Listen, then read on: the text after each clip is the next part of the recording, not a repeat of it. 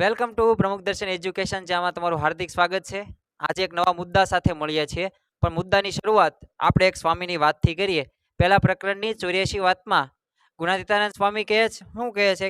આ લોકમાં કેટલાક પ્રકારના દુઃખો આવે છે, માટે લાફો મારીને મોઢું આપણે રાતું રાખવું એવું છે.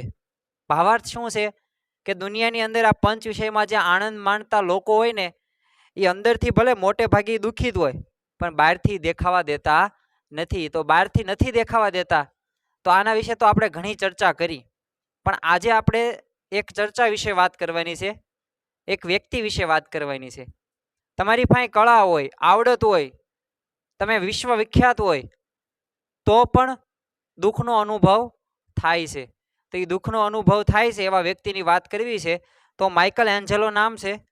નામ સાંભળતા જ તમે સમજી ગયા છો કે આ કોઈક પ્રખ્યાત ચિત્રકાર છે, અને ઘણી વખત તમે આનું સાંભળેલું છે. તો માઇકલ એન્જેલો ઇટાલીના મહાસમર્થ ચિત્રકાર છે, શિલ્પી છે, અને પાછા કવિ છે. એમનું મહાન શિલ્પ પિએટા, એ જે પિએટા રહ્યું એમનું સર્જન આ માઇકલ એન્જેલોએ જ કરેલું છે. વેટિકન સિટી જે રોમમાં આવેલું છે, ત્યાંનું જે ચેમ્પલ ચર્ચમાં છે ને, તેમણે કરેલું છતનું ચિત્રકામ પણ માઇકલ એન્જેલોનું જ છે. અને બીજી વાત કે ડેવિડ નામનું શિલ્પ, હજી એની પાસે આપણે બીજું એક રાખી એકવી એવું હજી કંઈ એવું શિલ્પ નથી બન્યું.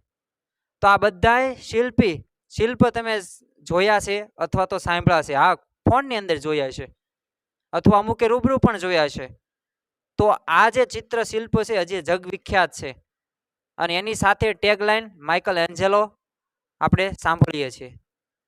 તો આટલો જગ વિખ્યાત અને પાછો તત્વજ્ઞાની, અને જે રોમની અંદર, આ તો મોટી વાત થઈ, રોમની અંદર જે ખ્રિસ્તી ધર્મગુરુનું જે પોપ હોય, એ જ્યાં રહેતા હોય, ત્યાંનું સેન્ટ પીટર સ્ક્વેર ના આર્કિટેક્ટ પણ માઇકલ એન્જેલો થતા.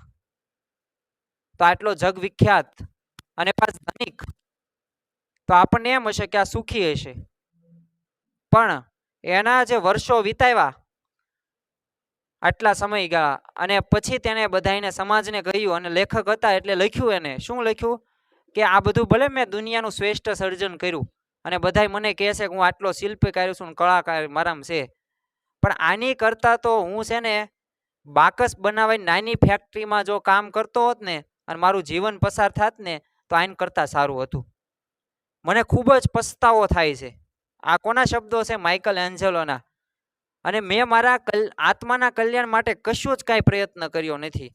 હવે મને સમજાય છે કે આ દુનિયાની જે કલાનો હું સાધક હતો ને, એ બધી કલા કેવી છે? મિથ્યા છે. મિથ્યા એટલે ખોટી.